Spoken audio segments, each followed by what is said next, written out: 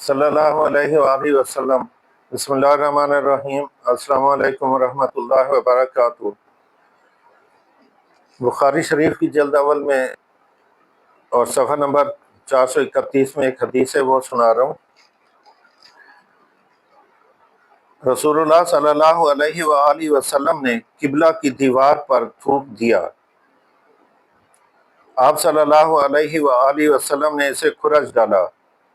پھر آپ صلی اللہ علیہ وآلہ وسلم نے لوگوں سے خطاب کیا اور فرمایا، جب کوئی شخص نماز میں ہو تو اپنے منہ کے سامنے نہ تھوکے، کیونکہ نماز میں منہ کے سامنے اللہ عز و جل ہوتا ہے۔ صلی اللہ علیہ وآلہ وسلم۔